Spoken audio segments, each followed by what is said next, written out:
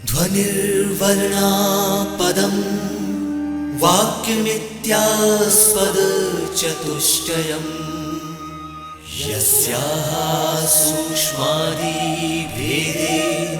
वाग्देवीं तामुपास्महे।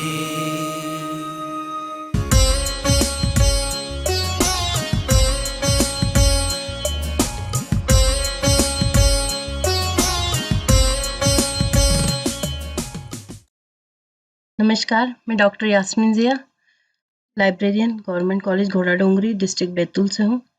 आज हम यहाँ बिलिप के प्रथम प्रश्न पत्र की द्वितीय यूनिट के ऊपर चर्चा करने वाले हैं, जो कि टॉपिक है हमारा पुस्तकालय विज्ञान के 5 नियम, 5 लॉज ऑफ लाइब्रेरी साइंस। ये इसका कोर सब्जेक्ट है।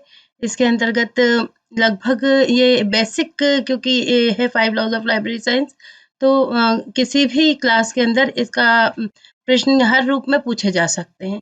इसके 5 लॉज ऑफ लाइब्रेरी साइंस को आधारभूत कहा जाता है पुस्तकालय विज्ञान का।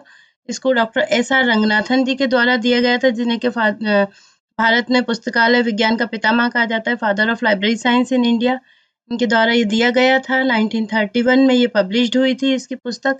और इसके अंदर जो पांचों नियम हैं, तो इन पांचों नियम का उपयोग करते हुए हम उस जमाने से लेके आज की जो डिजिटल लाइब्रेरी है, वो भी इन नियमों का पालन करते हुए अग्रसर हो रही है।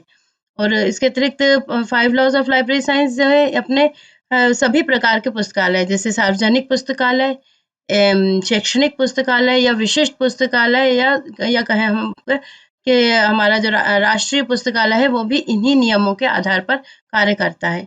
पुस्तकालय विज्ञान में कहीं भी कोई समस्या यदि आती है, तो इन्हीं नियमों का उपयोग करके हम आगे बढ़ते हैं।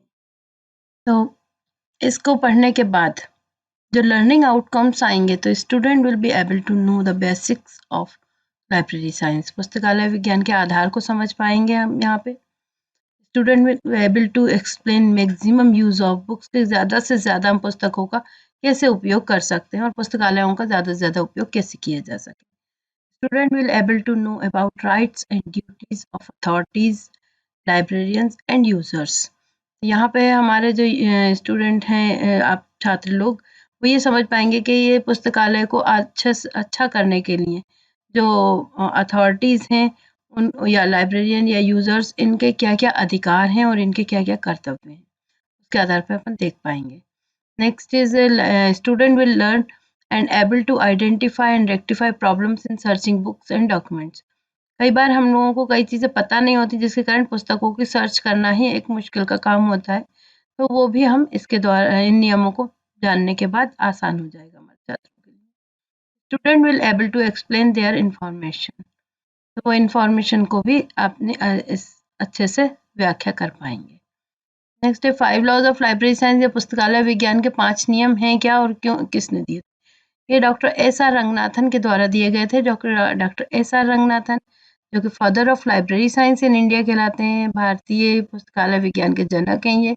इन्होंने ये 5 नियम दिए थे। पुस्तकालय विज्ञान के नियम जब इन्होंने देने का कारण क्या था कि जब ये विदेशों में पुस्तकालयों के अध्ययन के लिए गए, तो इन्हें कई कमियाँ दिखाई पड़ी पुस्तकालय की सेवाओं में, वहाँ के प्रबंधन में। तो उन कमियों को दूर करने के लिए उन्होंने कहा कि जो कमियाँ यदि कहीं और हैं, तो हमारे पुस्तकालयों में ये कमी ना रहे। तो उसके इन्होंने एक कुछ नियम बनाए। इन नियमों को तमिलनाडु में कॉन्फ्रेंस हुई 1928 में, तो उसके अंदर सबसे पहले इन्होंने बताया था।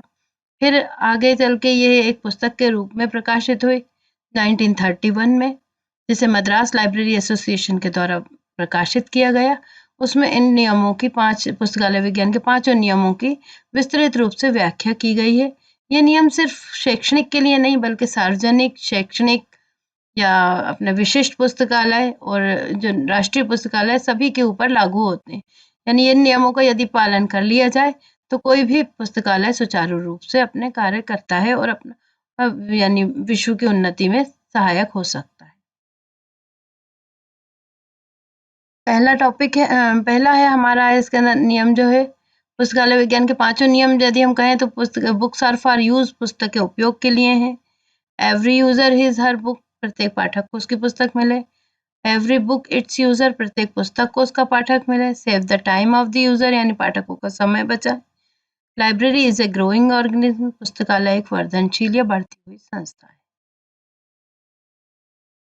फर्स्ट लॉ कहलाता है अपना बुक्स आर फॉर यूज, जो पहला सूत्र पुस्तकें उपयोग के लिए है। इससे पहले ये कहा जाता है कि पुस्तकें भंडार के लिए, रखने के लिए, उनको बस सुरक्षा की जरूरत है, उन्हें रखा जाए। लेकिन रंगनाथन जी ने इसको चेंज कर दिया, ये कहा गया कि पुस्तकें उपयोग के लिए, ना कि उनको बंद करके रखने के लिए। सुरक्षा कीजिए पर उपयोग उनका ज्यादा जरूरी है। इसके लिए कुछ नियम बताए हैं। पहला कानून के निहितार्थ जो है इनके, implications of the first law में पहली चीज आती है लाइब्रेरी की लोकेशन। लाइब्रेरी लोकेशन, पुस्तकालय की स्थिति। इसमें रंगनाथन जी का कहना है कि जिस प्रकार पुस्तकालय को हमने कहा हृदय स्थल कहा जाता है किसी भी संस्थान का, तो हृदय स्थल का मतलब यह है कि इसे बिल्कुल बीचों बीच होना चाहिए। किसी भी संस्थान के बीच में पुस्तकालय होना चाहिए, जिससे सभी लोगों में आना जाना लगा रहे, होता रहे, यानी देखते रहे कम से कम कि उसमें पुस्तकालय यदि नहीं जाने की इच्छा भी है तो भी उस पुस्तकालय तक वो पहुंच जाए, कुछ ना कुछ तो ज्ञान लेके ही निकलेगा बाहर। इसलिए लोकेशन कही गई है कि लाइब्रेरी को किसी कोने में ना होके कहीं संस्था के बीचों बीच होना चाहिए। नेक्स्ट है ये लाइब्रेरी ओपनिंग आवर्स, या पुस्तकालय खुलने का समय। पुस्तकालय खुलने का समय के लिए वैसे तो रंगनाथन जी का कहना है कि पुस्तकालय ऐसी चीज ही नहीं है जो बंद हो, 24 घंटे खुले रहना चाहिए, परंतु वो स्वाभाविक नहीं है। तो ऐसे में जो संस्था का जो भी खुलने का समय होता है, वो पूरा समय हम पुस्तकालय खुलने का समय दिया जाता है। और नेक्स्ट चीज़ ये कही गई कि जैसे एकेडमिक लाइब्रेरी इंस्टीट्यूशंस रहते हैं जहाँ लंच टाइम होता है, तो लंच टाइम में पुस्तकालय ज़रूर खुला रहे, ताकि यदि कोई बच्चे चाहते हैं कि उस पुस्तक का उपयोग करें, पुस्तकालय का उपयोग करें, तो वो इस समय में उपयोग कर सकते हैं। और यदि कभी पुस्तकालय बंद भी है तो उसको बंद करने की सूचना पहले से देनी चाहिए, जिससे हमारा पाठक परेशान ना हो। Next point is library furniture and building. पुस्तकालय का फर्नीचर ऐसा हो जिसके ऊपर बैठ के घंटों बैठ के हमारा पाठक पुस्तक पढ़ सके। और दूसरी चीज़ है कि बिल्डिंग बिल्डिंग भी आकर्षक होना चाहिए, जिससे वो आकर्षित हो और जाके बैठ के पढ़ सके। लाइट की व्यवस्था पूरी रहना चाहिए, साफ सुथरा होना चाहिए, कहीं सीढ़न ना हो, ये इस चीज़ का ध्यान रखा जाना चाहिए। लाइब्रेरी का फर्नीचर में हमारे पास सिर्फ टेबल कुर्सी ही नहीं, बल्कि वो चीज़ें भी होती हैं जिनसे कि ऊपर की ऊंची लाइब्रेरीज में ऊंची शेल्फ पे यदि पुस्तक रखी है तो उसके लिए हमें सीढ़ी की ज़रूरत होती है, स्टूल की ज़रूरत होती है, वो सब भी चीज़ें वहाँ उपस्थित होनी चाहिए। नेक्स्ट इज लाइब्रेरी स्टाफ, पुस्तकालय कर्मचारी। पुस्तकालय कर्मचारी को बहुत ही ज़्यादा मृदुभाषी होना चाहिए। इसके लिए कहा गया है, रंगनाथन जी के द्वारा गया है कि सर्विस विद स्माइल वाला शब्द दिया है इसके लिए। पुस्तकालय कर्मचारी ऐसा हो कि जो हमारे पाठक की समस्या को समझ सके और उसकी हेल्प कर सके, और हमेशा अच्छे से यदि व्यवहार करेगा तो व्यक्ति बार बार पुस्तकालय में आना पसंद करेगा। ये चीज़ हमारे स्कूल लाइब्रेरीज पे बहुत ज़्यादा लागू होती है, क्योंकि यदि मैडम जो लाइब्रेरी मैडम है वो यदि बच्चों के लिए अच्छे से कार्य करेंगी तो वो बच्चे बार बार आना पसंद करेंगे और इससे वो ज्ञान प्राप्त कर पाएंगे। सेकेंड लॉ है every reader his her book, प्रत्येक पाठक को उसकी पुस्तक मिले, प्रत्येक पाठक को उसकी रुचि की पुस्तक मिले, ये नियम है इसमें। अब वो चाहे बहुत ज़्यादा पढ़ा लिखा ना हो तो भी उसे पिक्टोरियल के फॉर्म में पुस्तक मिले। यदि ब्लाइंड हमारे यूजर्स हैं तो उनके लिए ब्रेल में पुस्तक होना चाहिए, यानी हर जो व्यक्ति भी लाइब्रेरी में आता है तो उसे उसकी पुस्तक ज़रूर मिलनी चाहिए। इसमें सरकार, पुस्तकालय अध्यक्ष और कर्मचारियों को मिलकर कदम उठाना चाहिए, और इसके लिए कुछ इम्प्लीकेशंस जो दिए गए हैं, ये तीनों के लिए दिए गए हैं, जो कि गवर्नमेंट के लिए भी है, लाइब्रेरियन के लिए भी है, यूजर्स के लिए भी इसमें थोड़े से नियम दिए गए हैं। तो पहला है आपका ऑब्लिगेशन ऑफ द स्टेट, यानी सरकार के कर्तव्य। सरकार के कर्तव्य सबसे ज़्यादा हमारे जो पब्लिक लाइब्रेरीज हैं उनके लिए दिए गए हैं कि वो पब्लिक लाइब्रेरी सेटअप करें और वहाँ पे पुस्तकें समय समय पे मिलें, जर्नल्स मिलें, न्यूज़पेपर्स मिलें। इसी के अंतर्गत हम देखते हैं वाचनालय जगह जगह बनाए गए, रीडिंग रूम जिन्हें कहा जाता है।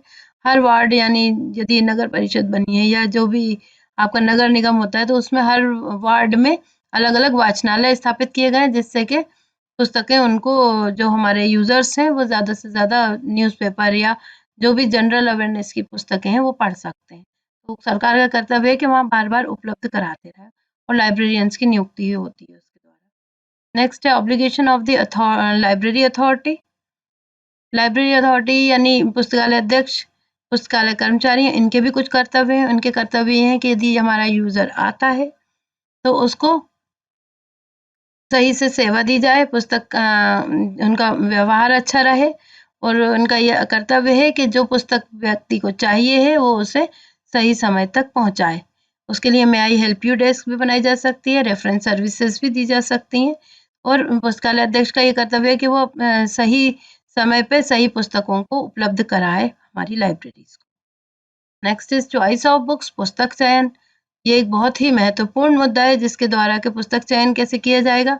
पुस्तक चयन यदि हमारा एकेडमिक लाइब्रेरी है, मान लीजिए इंजीनियरिंग लाइब्रेरी है, वहाँ यदि आप दूसरे प्रकार की पुस्तक ला के रखते हैं, तो बच्चों के लिए उतनी उपयोगी नहीं होगी जितनी उनकी अपनी पुस्तक है। इसी प्रकार से यदि आपके पास एकेडमिक लाइब्रेरी यानी नॉर्मल बीए, बीएससी चलने वाली जगह पे है, तो वहाँ पे क्या करेंगे आप यदि टेक्निकल पुस्तकें रख दी जाएँ, तो वो उनके काम की नहीं है, तो इसलिए पुस्तक चयन जो हमारे पाठक हैं, उनके अनुरूप ही हो। पब्लिक लाइब्रेरीज़ होती हैं, तो वहाँ पे जो हमारी गृहिणीएँ हैं या बुज़ुर्ग लोग हैं, उनके पसंद की पुस्तकें उपलब्ध होती हैं। नेक्स्ट है अपना रिसोर्स शेयरिंग या संसाधन विनिमय। संसाधन विनिमय का मतलब है दूसरी पुस्तकों की सहायता से पाठकों को सेवा देना। तो ये सेवा कैसे दी जा सकती है? हर कोई लाइब्रेरी अपनी बुक्स नहीं देता है, इसके लिए कुछ नियम बनते हैं और उनके बीच में कुछ एमओयू साइन होते हैं, क्योंकि कई बार ऐसा भी होता है कि पुस्तकें कई बहुत कॉस्टली पुस्तक है या फिर जो पांडुलिपि प्रकार की पुस्तक है वो एक दूसरे को नहीं दी जा सकती है। तो पुस्तक विनिमय के कुछ नियम रहते हैं, उन नियमों के आधार पर हम अपने पाठकों को सेवा उपलब्ध कराते हैं। तृतीय सूत्र जो है प्रत्येक पुस्तक को उसका पाठक मिले। यहाँ रंगनाथन जी पाठक जो पुस्तक है उसको भी एक इस रूप में देखते हैं कि हर पुस्तक का भी अधिकार है कि उसका पाठक मिले और ये कहा जाता है कि यदि कोई पुस्तक कहीं बनी है तो उसका पाठक ज़रूर होता है कहीं न कहीं। तो इसलिए प्रत्येक पुस्तक का पाठक है तो इस दृष्टिकोण से पुस्तक को कैसे उसको ढूँढना है और या किस तरह से अलग करना है, तो यहाँ पे इसके कुछ नियम निहितार्थ दिए गए हैं। Implications of the third law है। तो फर्स्ट इज़ जैसे ओपन एक्सेस सिस्टम है या मुक्त प्रवेश प्रणाली।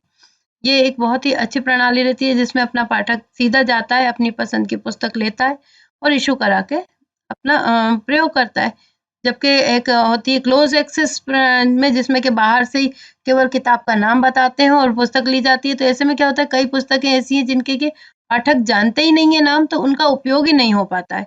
इसलिए ओपन एक्सेस सिस्टम बहुत ज़रूरी होता है। यानी मुक्त प्रवेश प्रणाली। यहाँ सुरक्षा ज़रूर करनी पड़ती है लेकिन इसका उपयोग ज़्यादा से ज़्यादा हो पाता है। नेक्स्ट पॉइंट इज़ क्लासिफिकेशन या वर्गीकरण। ये इसकी टेक्निकल टर्म है। पुस्तकों को उनके विषय के अनुसार एक जगह एकत्र करने का जो तरीका है उसके लिए कुछ स्कीम्स बनी है, जैसे कोलन क्लासिफिकेशन होता है या Dewey decimal classification, universal decimal classification, इस जैसी कई स्कीम्स हैं जिनका उपयोग करके हम अपने पुस्तकालय का वर्गीकरण कर सकते हैं पुस्तकालय में और इन वर्गीकरण स्कीम्स के द्वारा वो पुस्तक एक विषय की एक ही जगह उपस्थित हो पाती है और उसका ज़्यादा से ज़्यादा यूज़ हो पाता है।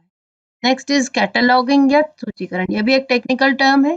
इसके अंदर हम यदि बहुत बड़ी पुस्तकालय है, तो भी पुस्तक कहाँ है और किस विषय से संबंधित है, उसका ऑथर कौन है, ये सारी चीज़ों के लिए हम 5x3 के कुछ कार्ड्स बनाते हैं। उन कार्ड्स के अंदर सारी सूचना रहती है और वो एक जगह कैटलॉग कार्ड कैबिनेट में रहते हैं। चाहे आपकी लाइब्रेरी 10 मंजिला हो, उसके बाद भी वो कैटलॉग कार्ड अपनी जगह होते हैं। आजकल इसका स्थान ओपेक ने ले लिया है। ऑनलाइन जैसे सॉफ्टवेयर्स रहते हैं, तो सॉफ्टवेयर के द्वारा हम ओपेक के अंदर जैसे ही जाते हैं तो मार्क में हमारे पास कुछ सूचना आ जाती है इसकी, तो ये कैटलॉग कार्ड की तरह ही हमें सूचना देते हैं। तो इसकी भी जानकारी यदि होती है पाठकों को, तो वो इसका ज़्यादा से ज़्यादा उपयोग कर पाते हैं।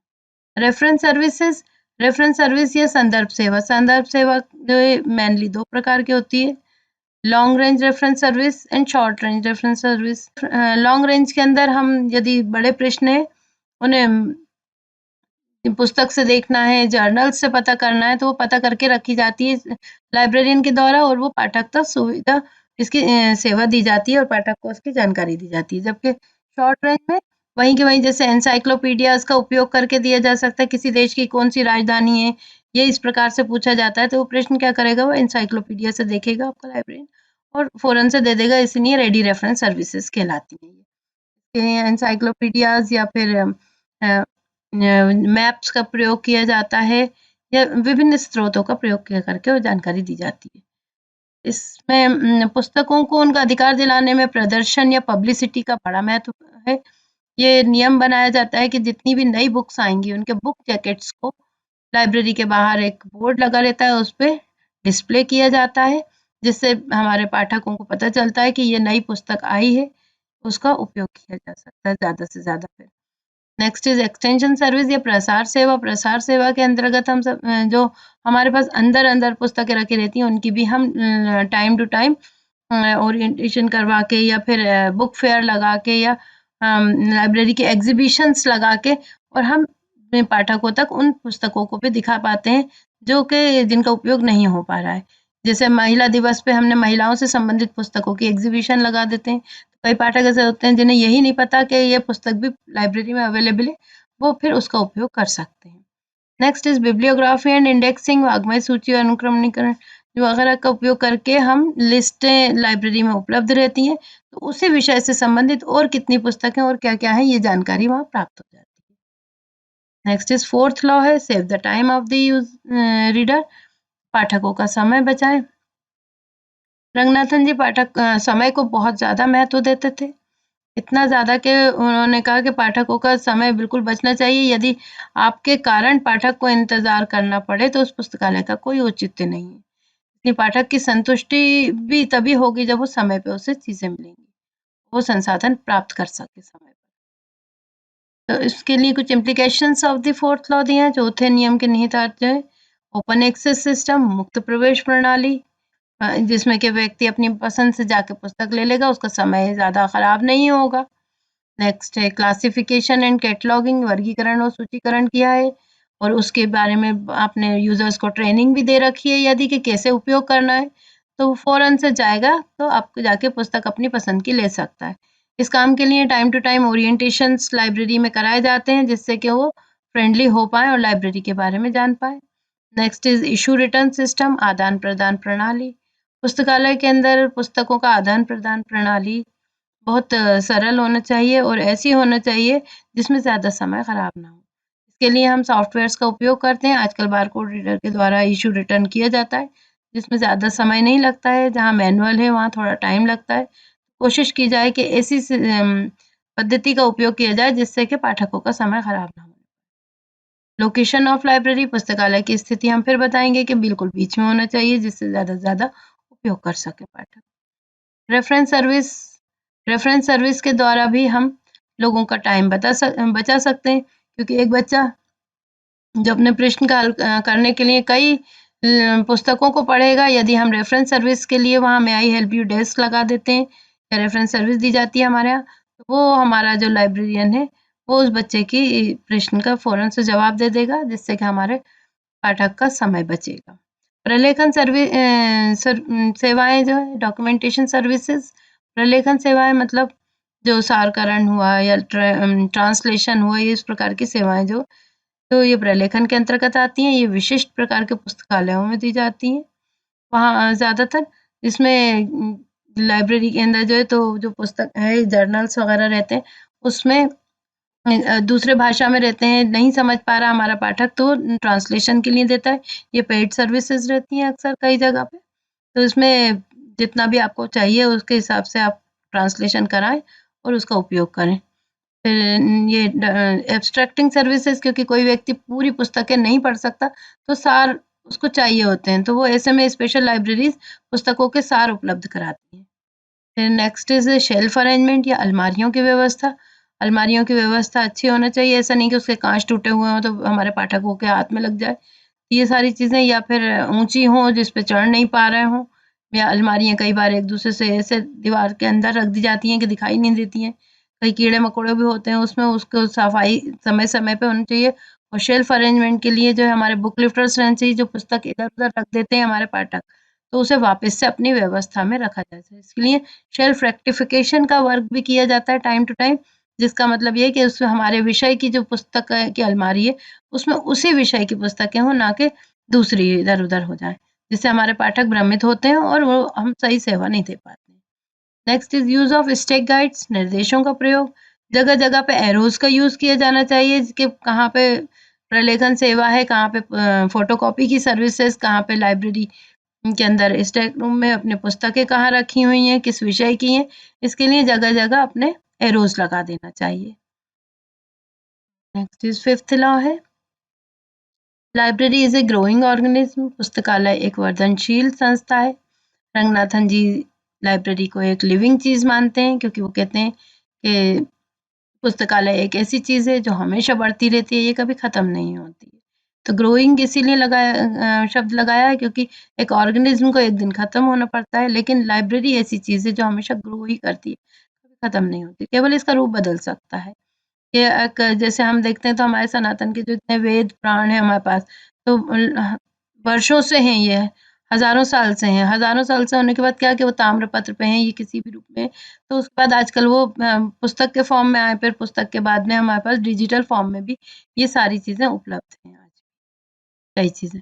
तो अब इसके अंदर ये कहा जाए कि जो ग्रोइंग है, ग्रो हो रहा है पुस्तक, तो ये ग्रो होने के अंदर भी इसके कुछ पॉइंट्स हैं, जैसे कि ग्रोथ इन लाइब्रेरी कलेक्शन होगा, पुस्तकालय के संग्रह में वृद्धि, मतलब कि पुस्तकालय में यदि पहले 1000 या 2000 पुस्तक है, तो धीरे धीरे अगले साल वो बढ़ती जाएगी, वो 2000 से 4000 5000, तो ये 1 लाख 2 लाख भी हो सकती है संख्या, तो ये वृद्धि होती जाती है। इसमें हम हालांकि बीच बीच में रीडिंग पॉलिसी का उपयोग करते हुए जो बिल्कुल प्रयोग में नहीं आ रही हैं उनको अलग भी करते हैं, लेकिन फिर भी संग्रह में वृद्धि उससे कई गुना ज्यादा होती है। कई बार सिलेबस चेंज होता है, तो भी पुस्तक हमारे पास पुरानी तो रहेगी ही रहेगी, क्योंकि रेफरेंस में बच्चे उपयोग कर सकते हैं, और उसको हम अपने पास अलग रखते जाते हैं स्टोर में, जबकि इसको नई पुस्तकों को हम सामने डिस्प्ले करते जाते हैं, तो लाइब्रेरी कलेक्शन हमारा बढ़ता ही जाएगा। जब पुस्तक है तो पाठक में भी वृद्धि होती है, ग्रोथ इन यूजर्स, पाठकों में वृद्धि होगी, क्योंकि संस्था है तो संस्था आगे ही बढ़ेगी, पीछे नहीं जाती है। आज 500 बच्चे हैं तो कल 5000 होंगे। फिर इसी तरह से हमारे पास growth in size of library, जब पुस्तक का संग्रह बढ़ रहा है हमारे पास, तो पुस्तकालय का आकार भी बढ़ना पड़ेगा, इसीलिए हम पुस्तकालय का ऐसी जगह लेते हैं जो चारों तरफ से बढ़ सके, कि आकार में वृद्धि पुस्तक का संग्रह रखने के लिए भी चाहिए, तो अलमारी भी चाहिए हमें। हम फिर सर्विसेज भी बढ़ा देंगे, पहले यदि हम सिर्फ बुक इशू रिटर्न कर रहे हैं, तो आगे हम फोटोकॉपी सर्विसेज भी यूज करेंगे, रेफरेंस सर्विसेज भी यूज करेंगे, बुक एग्जीबिशन भी लगाएंगे, हमें न्यू बुक्स को डिस्प्ले करने के लिए बोर्ड भी चाहिए, जगह जगह हमारा रीडिंग रूम भी चाहिए। अब हम ई लाइब्रेरी का उपयोग कर रहे हैं, तो ई लाइब्रेरी भी चाहिए हमें। तो ऐसे में growth in size of library तो बिल्कुल होता ही रहेगा, तो इसलिए ऐसी स्थान होना चाहिए जहाँ पे ग्रोथ कर सके पुस्तक। और इसी प्रकार से जब सर्विसेज बढ़ जाएंगी तो लाइब्रेरी स्टाफ या पुस्तकालय कर्मचारी भी बढ़ेंगे हमारी लाइब्रेरी में, और ज़्यादा से ज़्यादा होना भी चाहिए। इसके लिए लाइब्रेरी साइंस के अंदर हमारे रंगनाथन जी ने स्टाफ फार्मूला दिया है कि पर्टिकुलर कितनी पुस्तकों पे कितने कर्मचारी चाहिए, कितने लाइब्रेरियन, कितने बुक लिफ्टर चाहिए, कितना कैटलॉग करने वाले, क्लासिफिकेशन या प्यून जो है, सभी की व्यवस्था होनी चाहिए, जिससे कि हमारा पुस्तकालय सुचारू रूप से चलता रहे।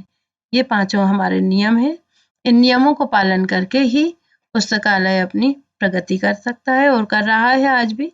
अब ये बात है कि जो पूर्व में ये नियम उतने ही प्रासंगिक हैं आज भी, जितने जब बनाए गए थे उस समय 1931 में जितने प्रासंगिक थे, वो आज भी उतने ही प्रासंगिक है, बल्कि हमारी जो पुस्तक थी उनका स्थान हमारे दस्तावेज ने ले लिया है। ई बुक्स जो हैं तो ई बुक्स में कन्वर्ट हो गई हैं। अब आप सोचते हैं ई लाइब्रेरी का के अंदर, जैसे नेशनल डिजिटल लाइब्रेरी है उसके अंदर लाखों बुक्स हमें दिखाई देती हैं।